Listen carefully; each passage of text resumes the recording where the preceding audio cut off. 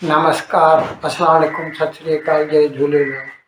मैं हूं जी प्रेम मटलानी और आप देख रहे हैं हालात हाजरा का प्रोग्राम। हकीकत ये है, इब्तदा में आपसे दरख्वास्त है, चैनल ज़रूर सब्सक्राइब करें।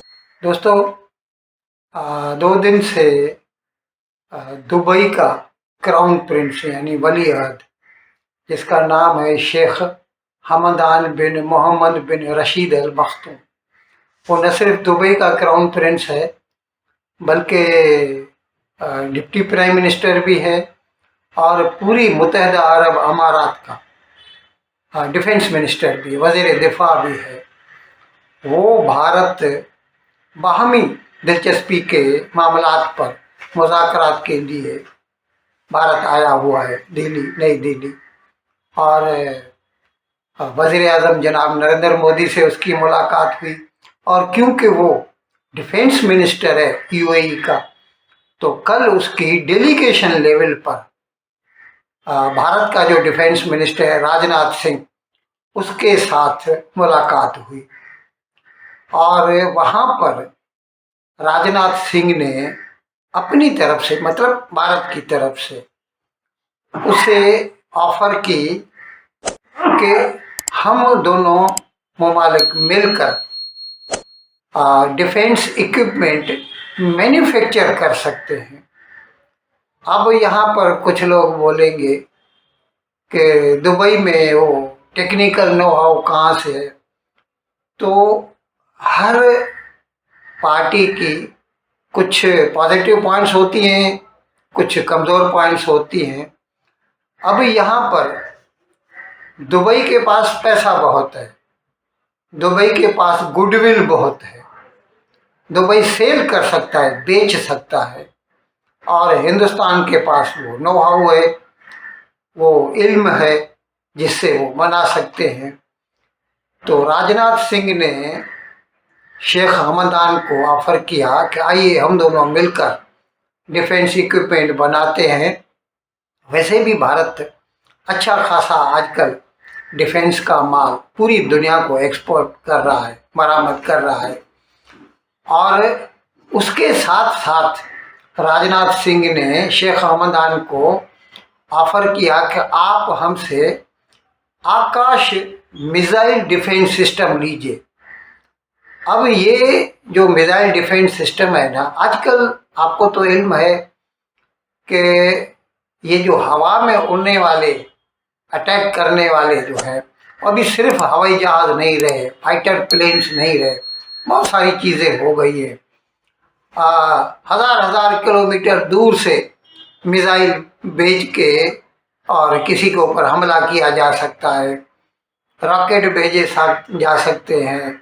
और ड्रोन तो अभी ये हालत है कि छोटे मोटे जो माफिया के लोग हैं उनके पास भी हो गए हैं ड्रोन, जिसकी वजह से वो न सिर्फ माल की स्मगलिंग कर सकते हैं बल्कि उसके साथ साथ हमला भी कर सकते हैं। और ये भी मैंने आपको बताया था पहले कि किस तरह भारत ने अमेरिका से वो जो ड्रोन खरीदे 3 बिलियन डॉलर्स के, जिसकी मदद से वो उसने पिछले साल Sheikh Ayman al Zawahiri Kabul में एक घर में ठहरा हुआ था, बालकनी में आया तो उसको मिसाइल से उड़ा दिया गया। खैर, मैं अर्ज कर रहा था कि ये जो एरियल अटैकर्स हैं अभी कई तरह के हो गए हैं, तो इनसे बचने का जो तरीका है ना, उसमें ये मिसाइल डिफेंस सिस्टम आ जाते हैं। जैसे इसराइल का है आयरन डोम, या फिर अमेरिका का है पेट्राइट मिसाइल, सुने होंगे आपने। रशिया का भारत ने भी खरीदा S-400 जो है मिसाइल बैटरी सिस्टम जो है। इसी तरह भारत ने भी अपना बनाया है एक आकाश मिसाइल डिफेंस सिस्टम, और उससे 25 किलोमीटर की दूरी तक से कोई भी एरियल चीज़ हॉस्टाइल जो होगी, दुश्मन होगी, हमारे ऊपर हमला करेगी, तो हमारा ये आकाश मिसाइल डिफेंस सिस्टम उसको हवा में ही पहचान कर और अपनी तरफ से मिसाइल छोड़कर उसको हवा में ख़त्म कर देगा। और इनका सक्सेस रेट जो है ना 99% है। तो कल जनाब राजनाथ सिंह ने शेख हमदान को ये ऑफर की कि आप हमसे ये आकाश मिसाइल डिफेंस सिस्टम लीजिए। अभी कुछ लोग कहेंगे कि दुबई को क्या पड़ी है या वो किससे कोई झगड़ा झगड़ा ज़रूरी नहीं है कि आदमी को या मुल्कों को किसी के साथ दुश्मनी की वजह से ही अच्छी फौज रखनी पड़ रही हो। भारत को आज खासा तजुर्बा है। नेहरू अमन अमन का राग अलापता था, चीन ने उससे तिब्बत और अक्साई चीन छीन लिया। तो मुल्क को अमन की पॉलिसी पर अमल पैरा होने के लिए भी अपने आप को तैयार रखना पड़ता है। और ये तो आपको इल्म होगा ही कि ये जो वेस्ट एशिया के ममालिक हैं यानी अरब मुल्क, इनका सबसे बड़ा दुश्मन तो ईरान ही है। वो कभी भी इनके ऊपर हमला कर सकता है। वो हमेशा बोलता है ये सारे ममालिक की सब आ गए उसमें। आप सोच लीजिए कुवैत है या सऊदी अरेबिया है, वो सबको ईरान जो है ना उनको कहता है ये तो अमेरिका के पिट्ठू हैं और कभी भी उनके ऊपर हमला कर सकता है। इसीलिए सऊदी अरेबिया भी अपनी दिफाई तैयारियां अप टू डेट रखता है।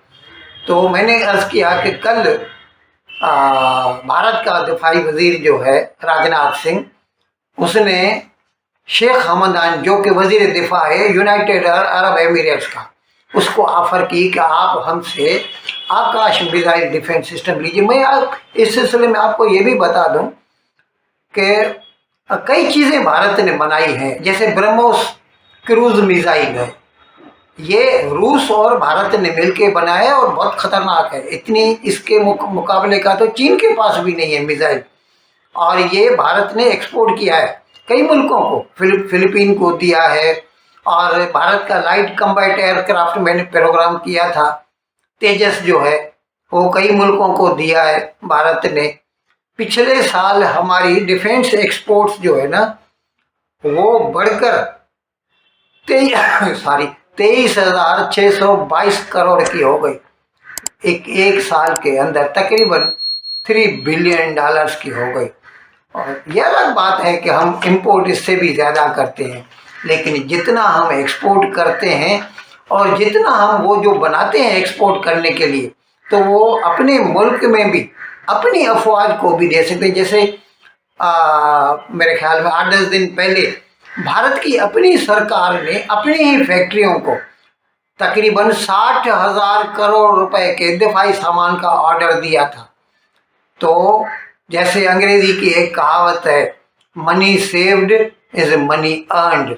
तो हमने जितना माल अपने मुल्क के कारखानों से खरीदा, इतना हमने डॉलर बचाए।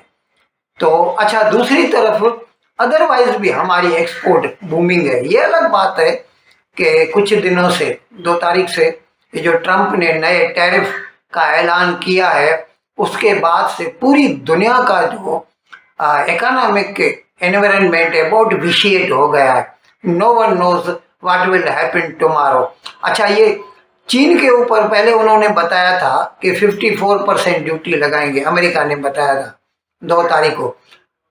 चीन ने उसके बदले में 34% ऊपर लगा दिया अमेरिका के ऊपर ड्यूटी। तो कल अमेरिका ने बोला कि हम तुम्हारे ऊपर 50% और ड्यूटी लगाते हैं, यानी अभी चीन के माल पर 104% ड्यूटी लगाई जाएगी। तो हमें तो मुझे तो ऐसा लगता है अभी चीन का माल अमेरिका जाने से तो रहा, अमेरिका की कोई कंपनी उससे खरीद नहीं पाएगी, क्योंकि उसको वो सब अफोर्ड ही नहीं कर पाएगी। बाकी यूरोप या बाकी जो दुनिया है वो उससे ले सकते हैं। और ये मैंने पिछले बताया था एक प्रोग्राम में, तकरीबन $700 बिलियन का माल लेता है अमेरिका हर साल। अभी सिर्फ 3 महीने ही तो हुए हैं इस साल को, ये 4था महीना चालू है।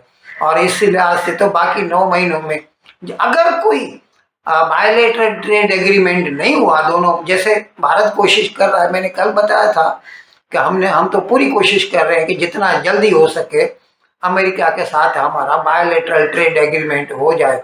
अगर वो हो गया तो फिर हमें प्रॉब्लम नहीं होगा, तब तक देखेंगे। और वैसे तो फिलहाल तो मैंने ये भी प्रोग्राम में बताया कि अगर चीन के ऊपर ज़्यादा ड्यूटी है, वियतनाम के ऊपर ज़्यादा ड्यूटी है, बांग्लादेश के ऊपर ज़्यादा ड्यूटी है, तो हमें उम्मीद है कि अमेरिका के कुछ ऑर्डर्स, क्योंकि हमारे ऊपर कम ड्यूटी है, हमें मिल सकते हैं।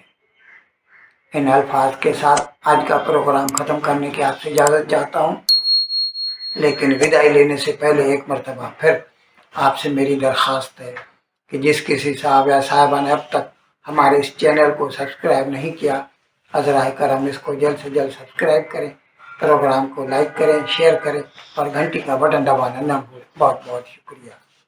खुदा।